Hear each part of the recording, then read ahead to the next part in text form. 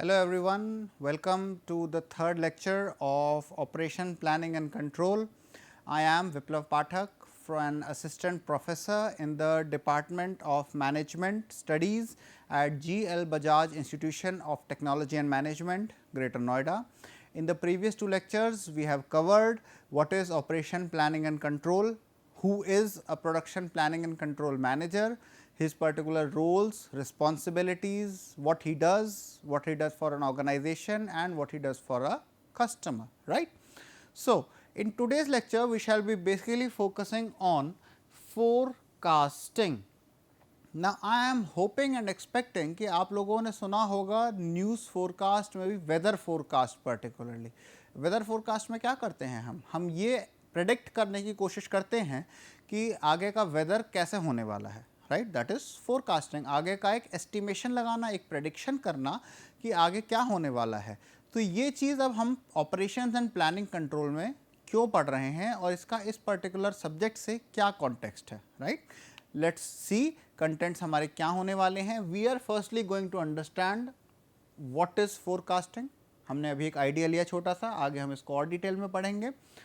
Next we are going to study its application in operation planning and control. इस particular subject में या operation planning and control को जो हमने अभी तक समझा है उसमें फोरकास्टिंग का क्या रोल है, क्या यूज़ है, क्या एप्लीकेशन है, उसका इम्पोर्टेंस क्या है, क्यों ज़रूरी है, क्यों डाला हमने इसको ऑपरेशन प्लानिंग एंड कंट्रोल में। And lastly the role of forecasting, एक कंपनी की कैसे मदद करता है फोरकास्टिंग। अगर कंपनी की मदद कर रहा है तो कंपनी का एम किसको दिमाग में लेके है, द कस्टमर। तो कस्टमर को हम कैसे फोरकास्ट करते हैं, उसके बारे में क्या फोरकास्ट करते हैं, ये हम देखेंगे आज के लेक्चर में, राइट। तो सबसे पहले हम आते हैं फोरकास्टिंग में। What is forecasting? Forecasting is a technique. सबसे पहले वर्ड को अंडरलाइन करें हम, टेक्निक। टेक्निक मतलब ये एक तरीका है, ये एक एस्टैब्लिश्ड तरीका है। उसमें हम क्या करते हैं, for using the past experiences, जो चीज़ें हम पहले देख चुके हैं, जो चीज़ें पहले हो चुकी हैं, उनको इस्तेमाल करेंगे। इस्तेमाल किस चीज़ के लिए करेंगे? To project expectations. Project expectations का मतलब हम कोशिश करेंगे ये देखने की, ये सोचने की या ये जानने की कि आगे हम किस चीज़ की उम्मीद रखें। उम्मीद किस चीज़ की यहाँ पे रखेंगे? कस्टमर से क्या उम्मीद रखें, कस्टमर की डिमांड कैसे बदलने वाली है, कस्टमर आगे क्या करने वाला है, कस्टमर क्या चाहता है मार्केट में। ये होती हैं हमारी expectations for the future. Obvious सी बात है, हम आगे की डिमांड को प्रेडिक्ट करना चाहेंगे ताकि हम मार्केट में ऑलरेडी वो सामान ला सकें, किससे पहले, अपने कॉम्पिटिटर्स से पहले, ताकि हमारे पास कस्टमर के पास रहे first mover advantage. First mover advantage क्या होता था हमारा? फर्स्ट मूवर एडवांटेज वॉज कि हम मार्केट में अगर वो सामान जो कस्टमर को चाहिए वो अपने कॉम्पिटिटर्स से पहले ला कर देंगे तो कस्टमर हमारे पास आएगा। We can expect customer loyalty through customer satisfaction. Forecasting क्या नहीं है? Forecasting is not really a prediction. Why is not a prediction? Prediction होता है अंदाजा लगाना कि उसने पहले ऐसे किया है, अब वो ऐसे करेगा। क्या इसका कोई रेलेवेंस हमने दिया? हमने पहले कहा कि उसने ए बिहेवियर शो किया, अब वो बी बिहेवियर शो करेगा। हालांकि हमने कोई रिलेशन नहीं दिया इस चीज़ के बीच में कि ए और बी के बीच में क्या रिलेशन है। तो हम कैसे कह सकते हैं कि ए बी के बाद आएगा या बी ए के बाद आएगा? तो इसलिए हम इसको एक प्रेडिक्शन नहीं मानते। पर ये क्या है actually? This is a structured production. Structured projection का मतलब, स्ट्रक्चर्ड वर्ड पे आते हैं सबसे पहले। स्ट्रक्चर्ड वर्ड का मतलब है कि हमने जो इसको एक ढांचे में बनाया है। एक ढांचे का मतलब क्या होता है कि हम जानते हैं कि उसमें कौन सी चीज़ कैसे कहाँ लगी हुई है और हमें पता है कि हमने वो क्यों लगाई है वहाँ पे। कस्टमर अगर कोई चीज़ मांग रहा है तो वो क्यों मांग रहा है। सिंपल सा एग्जांपल अगर हम ले कि क्या जो ऊनी कपड़े होते हैं, वुलन क्लोथ्स होते हैं, उनकी डिमांड समर्स में हाई होगी? ऑब्वियसली नहीं होगी, उनकी डिमांड होगी विंटर्स में। तो कोई भी कंपनी जो वुलन बना रही है वो अपनी प्रोडक्शन जो है वो विंटर्स को एम करते हुए स्केड्यूल करती है। तो दिस इज स्ट्रक्चर्ड प्रोजेक्शन। और स्ट्रक्चर्ड में और क्या चीज़ आई कि कस्टमर कितनी डिमांड करने वाला है। फॉर एग्जांपल हम ले कि हमने दिल्ली का एग्जांपल लिया जो इंडिया की कैपिटल है। अब हमने उसकी जो पॉपुलेशन है उसको माना x, तो x पॉपुलेशन को मानते हुए कितने कस्टमर्स ऐसे हैं जो हमारी कंपनी से सामान खरीदेंगे, किस वैरायटी का सामान खरीदेंगे, तो वो हमें एक अमाउंट का आइडिया देगा कि हमें कितने अमाउंट में कितना सामान प्रोड्यूस करना है। लेकिन इसमें एक चीज़ हमने पिछले लेक्चर में पढ़ी थी, दैट वाज डिस्क्रिपेंसी, कि कुछ दिक्कत आ सकती है बीच में, कस्टमर का हो सकता है मूड चेंज हो जाए एकदम से, तो इसलिए हम अपने प्रोडक्शन को फ्लेक्सिबल भी रखते हैं पर हम अपने फोरकास्टिंग का ध्यान भी रखते हैं। और लास्ट पॉइंट पे आए तो forecasting is mostly conducted by analysing trends in business. Analysing trends mean कि पहले क्या चलता आ रहा है, जो भी चीज़ें हुई हैं उस वक्त मार्केट में क्या सिचुएशन थी जिसके चलते कस्टमर ने ऐसा रिस्पॉन्स दिया कि मार्केट में कोई पर्टिकुलर डिमांड इवॉल्व हुई। Let me repeat it once, कि कोई पर्टिकुलर चीज़ होती है, आप उसके रिस्पॉन्स में ही करते हैं, कुछ काम करते हैं। तो जैसे सर्दियां आती हैं, फैशन ट्रेंड्स चेंज होते हैं, तो कस्टमर ने अपनी डिमांड चेंज की, तो उसके हिसाब से ही कंपनी को अपनी जो सेल्स है या प्रोडक्शन है वो चेंज करनी पड़ेगी। That is again forecasting, right. Next पे चलते हैं तो इसकी एक बहुत अच्छी सी डेफिनेशन देखते हैं इन टर्म्स ऑफ क्या, in terms of business. Forecasting is the process of estimating. I hope हमने प्रोसेस वर्ड तक पे तो अभी तक एसेंशियल बहुत एम्फेसिस ले कर लिया है कि हमने अंडरस्टैंड कर लिया कि हमारा प्रोडक्शन या जो ऑपरेशन है वो एक प्रोसेस है, एक स्ट्रक्चर्ड है, सीक्वेंस में है, ऑफ एस्टिमेटिंग द फ्यूचर, आगे क्या होने वाला है या आगे कस्टमर क्या डिमांड रखने वाला है, based on the past and present data. पहले का जो डेटा हमारे पास है, अभी जो डेटा हमारे पास है, उसके हिसाब से हम एक स्ट्रक्चर्ड एस्टिमेट लगाने की कोशिश करते हैं। कंसिडरिंग सम अजम्पशंस, कुछ चीज़ों को मान लेने के बाद कि कस्टमर शायद वैसा ही बिहेवियर शो करेगा अगर मार्केट में सिमिलर कंडीशंस आई फिर से जो कि उसने पहले शो की थी। फॉर एग्जांपल अगर हम ले ब्लैक कलर के एम्ब्रेलास, मान लीजिए कस्टमर ने प्रेफर करने शुरू कर दिए थे पिछले जब बार मानसून हुआ आया था फॉर एग्जांपल, फॉर इंस्टेंस, तो शायद इस बार भी आए तो कंपनी ब्लैक कलर के अम्ब्रेलास को प्रेफरेबली ज़्यादा बनाती है, ठीक है। तो फ्यूचर में हम क्या देखते हैं, फ्यूचर में हमारा सेल्स वॉल्यूम कितना होने वाला है। अब सेल्स वॉल्यूम का भी जो हम एनालिसिस करते हैं, जो उसका एस्टिमेशन लगाते हैं, जो उसका प्रेडिक्शन करते हैं, वो हम करते हैं, हो सकता है नेक्स्ट मंथ के लिए करें, हो सकता है नेक्स्ट ईयर के लिए करें, या हो सकता है फॉर नेक्स्ट 3 ईयर्स करें। दिस विल डिपेंड कि हम कितने टाइम का एस्टिमेशन कर रहे हैं। ये इस चीज़ पर निर्भर करेगा कि कंपनी जो अपना प्रोडक्शन प्लान बना रही है या जो कस्टमर की ट्रेंड एनालिसिस कर रही है या उसकी डिमांड का जो साइकिल देख रही है कि वो कितनी जल्दी चेंज हो रहा है, उस पर निर्भर करते हुए कंपनी अपनी फोरकास्टिंग करती है, ठीक। उसमें हमारा फिर जो प्रोडक्शन एंड ऑपरेशनल वॉल्यूम्स है, जो कि हमारा किससे कंसर्न है, मैन पावर से, मशीन से और फैकल्टीज से। हमारे जो, फिर से मैं रिपीट करता हूं एक बार, प्रोडक्शन एंड ऑपरेशन के जो वॉल्यूम्स हैं, हम कितना सामान बनाएंगे, वो किस पे डिपेंड करेगा, मैन पावर पे, मशीन पे और फैकल्टीज पे। तो इनका भी हम एस्टिमेशन एंड फोरकास्टिंग के साथ करते हैं ताकि हमारा जो प्रोडक्शन है, एक प्रोसेस है, वो स्मूथ फ्लो इंश्योर करता रहे, ठीक।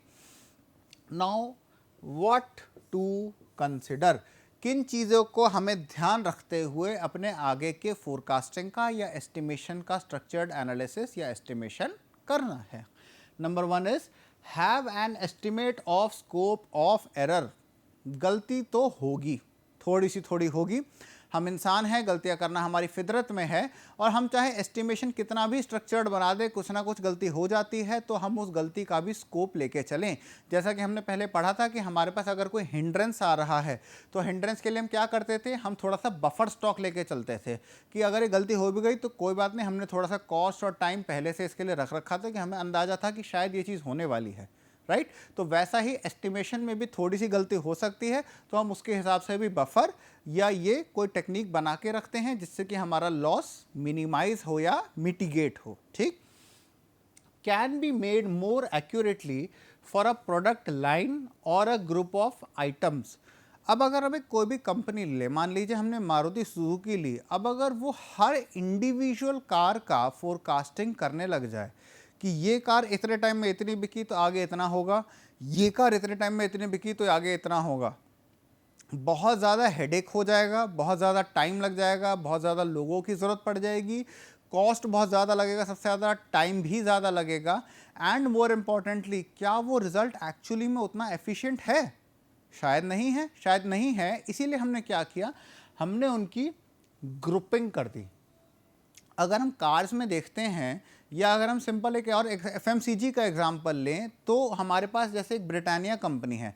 ब्रिटानिया कंपनी क्या बनाती है? बिस्किट्स बनाती है, ब्रेड्स बनाती है, और भी प्रोडक्ट्स बनाती है। तो वो उनका कैटेगराइजेशन कर देती है कि हमारे ब्रेड का डिमांड इतना आने वाला है, हमारे इन पर्टिकुलर जो क्रीम चीज़ या स्प्रेड्स हैं इनका डिमांड इतना आने वाला है, हमारे नमकीन हैं या और कोई प्रोडक्ट हैं वो पर्टिकुलर एक कैटेगरी में उनका डिमांड इतना आने वाला है। तो उससे क्या है, हमारे जो दो इंपॉर्टेंट फैक्टर्स थे जो हमारे सक्सेस को डिक्टेट करते थे, कॉस्ट एंड टाइम, उन दोनों को ही हम बचा पाते हैं, हमारा प्रॉफिट अच्छा रहता है, right. More accurate for shorter time periods. अब आप बहुत लंबा अगर टाइम लेके चलेंगे और उसके लिए एस्टिमेशन बनाने की कोशिश करेंगे तो गलतियों के चांसेस ज़्यादा हैं। तो हम रेदर देन एक साल का पूरा एक साथ एस्टिमेशन बनाएं, तो हम जो डिपेंडिंग हमारे 4 उसमें बेसिकली सीजन्स आते हैं। जैसे मान लीजिए, this is just an instance, just an example, कि मान लीजिए हमने summer, monsoon, autumn and winters 4 season में डिवाइड करके हमारे जो साल के मंथ्स हैं, हमने उसके हिसाब से अपना एस्टिमेशन बना लिया। तो उससे क्या रहेगा, जैसे कि हमने प्रोसेस में भी देखा था कि हम स्टेप्स में डिवाइड करके उसका एस्टिमेशन करते हैं, उसका एनालिसिस करते हैं, उसका सुपरविजन करते हैं। तो इससे क्या रहेगा कि हमारे पास हिस्सों में बटा हुआ रहेगा, हम फर्दर और अच्छा ट्रेंड एनालिसिस कर पाएंगे और अच्छा एस्टिमेशन बना पाएंगे, राइट। तो कंपनी का cost and time again save होगा। And lastly, always use authentic data. Authentic data मतलब जो रिलायबल है, जो आपको पता है कि हाँ ये सच्चा डेटा है। क्योंकि क्या होगा, अगर आपने कस्टमर के रिगार्डिंग जो डेटा कलेक्ट किया है, वो उसके डेमोग्राफिक्स में से कुछ भी हो सकता है, चाहे उसका एज हो सकता है, जेंडर हो सकता है, preference regarding a particular product हो सकता है। अगर आपने वो गलत कलेक्ट कर लिया तो आपका जो एस्टिमेशन या जो आगे का फोरकास्ट बनेगा वो भी गलत होगा। वो गलत हुआ तो बहुत सारा पैसा और बहुत सारा वक्त जो कंपनी का है वो वेस्ट हो सकता है, which we do not want, right. अगले उसमें आए तो अब इंपॉर्टेंस क्या है फोरकास्टिंग की, इन particular operation planning and control. तो उसके लिए हमें स्टेटमेंट्स जो मिले उसमें हमने देखा कि it is basically a systematic attempt to probe the future. Probe the future मतलब हम कोशिश करते हैं उसको थोड़ा सा जानने की, फ्यूचर को, कि फ्यूचर में क्या होने वाला है, by inference from known facts. Inference from known facts मतलब कि हम एक जानकारी इकट्ठा करने की कोशिश करते हैं और उसके बाद एक एस्टिमेशन लगाने की कोशिश करते हैं फ्रॉम नोन फैक्ट्स, की जो चीज़ें हमें पता है ऑलरेडी, जो चीज़ पहले हो चुकी हैं या जो चीज़ अभी हो रही हैं, from past and present data, which help in integrate all the management planning.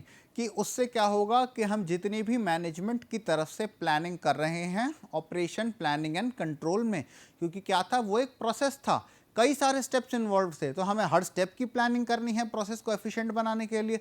तो उसके लिए हम सारा जो हमारा प्रोसेस है उसको अच्छे से प्लान आउट कर पाते हैं और इंटीग्रेट कर पाते हैं, उसको एक साथ देख पाते हैं कि जब वो एक साथ प्लान होगा तो क्या वो अल्टीमेटली वो रिजल्ट देगा जो हम दिमाग में सोच के चल रहे हैं या जो हमारे लिए टारगेट है, ठीक। So that the unified overall plans of what, of operation and planning of our manufacturing, जो हमें सामान बनाना है या कस्टमर को सर्विस देनी है, it can be developed into which divisional and department plans can be meshed, ताकि एक ओवरऑल प्लान हमारा ऐसा बन सके, उसके छोटे छोटे स्टेप्स ऐसे बन सके, ताकि जब वो उस प्लान में फिट इनटू हो तो हमारा ओवरऑल प्लान भी वैसा बने जैसा कि हम चाहते थे, उतने अमाउंट ऑफ सामान को बनाने की, उतने टाइम में, और हर स्टेप भी उसमें परफेक्टली फिट इनटू करे, with what, with a buffer in mind, buffer for what, buffer for our hindrances, ताकि हम उस पर्टिकुलर एस्टिमेट जो हमने लिया है, जो फोरकास्टिंग की है, वो बिल्कुल उसके साथ सही बैठे, तो हमारे कंपनी के लिए कोई भी दिक्कत नहीं आती है, ठीक। It enables a company to commit its resources. ये एक कंपनी को ऐसी शक्ति देती है, उसको एनेबल करती है ताकि उसके जो दो रिसोर्सेज हों, कौन से दो रिसोर्सेज हम याद करते हैं, नॉन ह्यूमन एंड ह्यूमन वाले, उनको सही जगह पे लगा सके, सही टाइम पे लगा सके, with greatest assurance to profit over the long term. कोई भी कंपनी है तो वो अपना प्रॉफिट लॉन्ग टर्म चाहती है, एक सस्टेनेबल प्रॉफिट चाहती है। उसके लिए क्या ज़रूरी है कि हम कस्टमर का सही एस्टिमेशन लगाएं ताकि उसको सही टाइम पे सही सामान प्रोवाइड हो, ताकि वो सामान को एक्चुअली मार्केट से परचेज करें, तो कंपनी को नेचुरली मिलेगा क्या, profit which a company aims for. ठीक, by helping to identify future demand patterns it facilitates development of new products. अगर हमने जैसा कि पहले बात की थी, प्रोडक्ट के मार्केट में आने से पहले हम उसको प्रेडिक्ट कर दें कि ये कंपनी की डिमांड सप्लाई होने वाली है हमारे कॉम्पिटिटर की, या मे बी कस्टमर की डिमांड होने वाली है, तो हम उसके अकॉर्डिंगली प्लान कर सकते हैं और फिर हो सकता है अपने कॉम्पिटिटर से बेटर प्रोडक्ट दे सकें या कस्टमर तक उससे पहले पहुंच जाएं, तो हमें मिलेगा फर्स्ट मूवर एडवांटेज, हम कस्टमर को कैप्चर जल्दी कर पाएंगे। ठीक, नेक्स्ट आ गया फीचर्स ऑफ फोरकास्टिंग। हम इसके क्या क्या फीचर्स या इसके कैरेक्टरिस्टिक्स होते हैं। ठीक, सबसे पहले आया फोरकास्टिंग में be a form of intentional मतलब जो हम जानबूझ के कर रहे हैं, and considered judgement. Considered judgement किसको कंसिडर कर रहे हैं हम, कंसिडरेशन का मतलब क्या होता है, कंसिडरेशन मतलब किसको ध्यान में रख के, ध्यान में किसको रखना है, कस्टमर को। तो कस्टमर पे हम जजमेंट करते हैं कि कस्टमर आगे क्या डिमांड रखने वाला है, या मार्केट में जो अदर फोर्सेस हैं, मे बी हमारे कॉम्पिटिटर्स और जो हमारे फैक्टर्स हैं, जो हमारे फैक्टर्स परफॉर्मेंस को इन्फ्लुएंस करते हैं, उनका जजमेंट लेते हैं based on feelings, opinions and experiences, and these judgments at best will be educated guesses। educated guesses क्यों, क्योंकि हम पहले के भी ट्रेंड्स को देखते हुए आ रहे हैं कि पहले क्या चल रहा है, उसके हिसाब से हम एक अंदाज़ा, या जो कि हमने पहले पढ़ा कि एक स्ट्रक्चर्ड जजमेंट देते हैं रिगार्डिंग कि आगे क्या होने वाला है। ठीक, it would also be based upon a rational study. Rational study मतलब जिसको हम पहले ही प्रूव कर चुके हैं कि हाँ ये इस चीज़ के लिए फिट है, and analysis of pertinent data. Pertinent data means जो रेलेवेंट है उसके साथ, and this process is known as scientific forecasting. हमने उसको साइंटिफिक फोरकास्टिंग क्यों कहा, साइंस वर्ड क्यों इंक्लूड किया, साइंस वो होता है जो एस्टैब्लिश्ड फैक्ट होता है, रिनाउंड होता है, माना हुआ होता है कि हाँ ये काम ऐसे ही होगा। तो हमने जो फोरकास्टिंग भी की वो भी इसी तरीके से की कि वो ऐसे ही होना है, कस्टमर का इसी तरीके से एनालिसिस करना है, ये रिजल्ट जो आएगा इस तरीके से वो सही आएगा, तो इसलिए हमने इसको बोला साइंटिफिक फोरकास्टिंग। ठीक, it would depend upon N analysis of past events and current conditions with a view to drawing inference and conclusions about future events। हमें दिमाग में सबसे पहले किसे रखना है, कस्टमर को, कस्टमर के बिहेवियर को।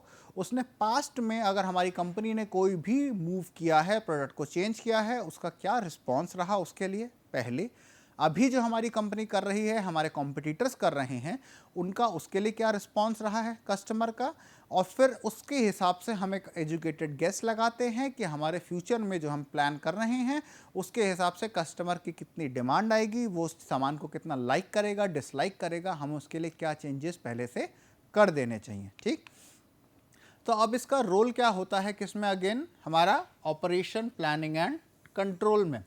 सबसे पहला होता है इकोनॉमिक डेवलपमेंट। हमने दो फैक्टर्स पढ़े थे, कौन से इंपॉर्टेंट थे, time and money. Economic development हमारे एक बहुत इंपॉर्टेंट फैक्टर प्ले करता है ये इंश्योर करने के लिए कि हमारी कंपनी मार्केट में सही सामान सही प्राइस पे पहुंचा पाए, और वो कब कर पाएगी, जब जो फैक्टर्स हैं जो कि यहाँ पे मेंशन्ड हैं, जैसे gross national product GNP, gross domestic product GDP, और उसके अलावा जो भी पॉलिसीज़ आपकी गवर्नमेंट बनाती है जो कि हमारे इकोनॉमिक डेवलपमेंट के लिए होती हैं, वो हमारी कंपनी के लिए या फिर तो डायरेक्टली सपोर्टिव होती है, या फिर हम अपने प्रोडक्शन को इस तरीके से चेंज करते हैं कि वो जो पॉलिसीज़ बनाई गई हैं वो हमारे लिए बेनिफिशियल हो या हमारी पॉलिसीज़ के साथ अलाइंड हो, उनके साथ हों। ठीक, उसके बाद टेक्नोलॉजिकल फोरकास्ट।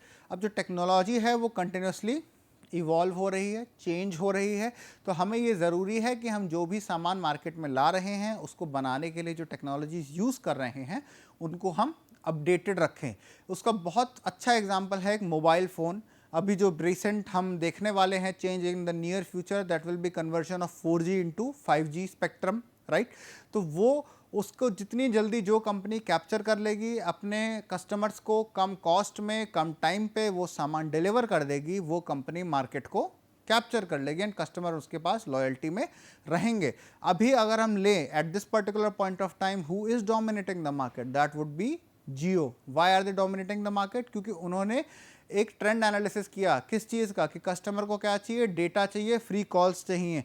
तो उन्होंने सबसे ज़्यादा इकोनॉमिक पैक्स मार्केट में प्रोवाइड किए, अच्छा नेटवर्क प्रोवाइड किया, जिससे अल्टीमेटली उनको कस्टमर का एक वो मिला लॉयल बेस, और जो कि कस्टमर को दे पा रहे हैं satisfaction, right. So they are ruling the market, in particular the mobile phone market.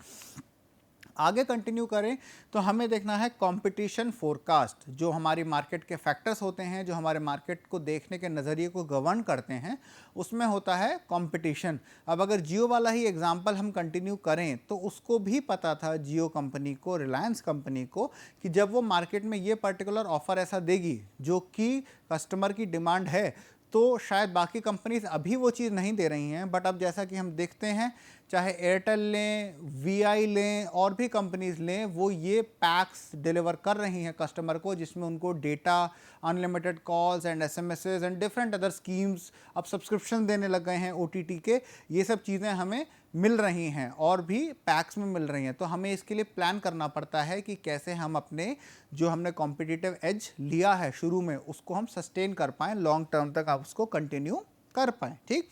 And हमारा आता है सोशल फोरकास्ट। सोशल फोरकास्ट में क्या आया बेसिकली, कि जो कंज्यूमर का टेस्ट है, क्या पसंद है उसको, क्या डिमांड है, कितनी मार्केट, कितनी मात्रा में वो उस चीज़ को मांग रहा है, और उसका जो एटीट्यूड है किसी भी एक पर्टिकुलर देखने को चीज़ का नज़रिया जो है वो कितनी जल्दी चेंज हो सकता है, किस डायरेक्शन में चेंज हो सकता है, हमें उसका एस्टिमेशन या फोरकास्ट करना बहुत ज़रूरी है। और ज़रूरी है तो हम उसमें क्या यूज़ कर सकते हैं, अपनी एजाइल मैन्युफैक्चरिंग को, ताकि हम जल्दी से जल्दी उसको चेंज करेंगे तो उससे हम कस्टमर की डिमांड को जल्दी से जल्दी एग्जैक्टली वैसे ही वैसे मीट कर पाएंगे। कस्टमर को हम दे पाएंगे क्या, जो यहाँ पे हमने लिखा है, convenience, comfort and products that are easy to use and manage. If a product of this is of this kind, this particular kind, तो there is no reason कि क्यों कस्टमर आपका प्रोडक्ट नहीं खरीदेगा। These are the very basic essential things जो कि एक customer आपके प्रोडक्ट में चाहता है, और अगर ये उसको मिलेगी तो आपकी कंपनी को सक्सेस मिलेगी and you will have a loyal customer base, right. So this is again the reference जो चैपमैन स्टीफन एंड की बुक है, हमारे fundamentals of production planning and control. मैं इस बुक को चाहूँगा कि आप लोग भी रेफ़र करें, बहुत अच्छी किताब है। इसके अलावा मैं आपको और इनकरेज करूँगा फिर से कि आप रिसर्च पेपर्स को देखें, ताकि इसमें जो भी फील्ड में सबसे मोस्ट रीसेंट डेवलपमेंट हो रही है आप उससे अवेयर रहें। तो हम भी, जैसे यहाँ पे फोरकास्टिंग हमने पढ़ा कि उसका रोल क्या है, इंपॉर्टेंस क्या है, हमने वो देखा, तो वैसे ही आप लोग भी फोरकास्ट कर पाएंगे कि आपके क्वेश्चन पेपर्स में क्या क्वेश्चन आने वाला है, शायद वो उसमें हम क्या और रीसेंट डेवलपमेंट्स होने वाली हैं, क्या एडवांसमेंट होने वाली हैं इस फील्ड में, तो उससे हम इस पर्टिकुलर फील्ड से अप टू डेट रहेंगे। तो हम शायद ये भी समझ सकते हैं आज के लेक्चर से कि अगर एक प्रोडक्शन प्लानिंग एंड कंट्रोल का मैनेजर है, उसके लिए फोरकास्टिंग कितनी ज़रूरी है, क्योंकि तभी वो आगे का एस्टिमेट लगा के जो सही रिसोर्सेज उसके पास होने चाहिए उनको पहले से अरेंज कर सकता है, सही टाइम पे और सही कॉस्ट पे, जिससे मिलेगी कंपनी को क्या, प्रॉफिट मिलेगा जो कि कंपनी को चाहिए, right. So that was the lecture for today.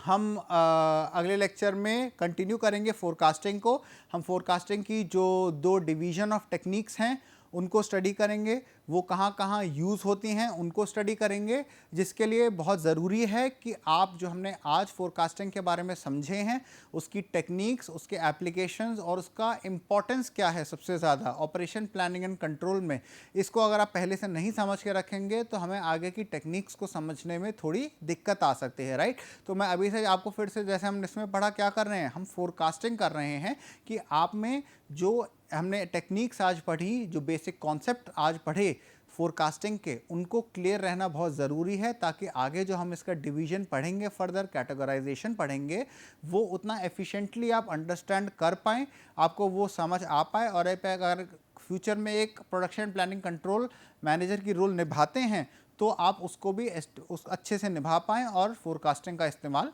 कर पाए, right. So see you again in the next lecture. Thank you all very much for your patience and your attention. Thank you so much.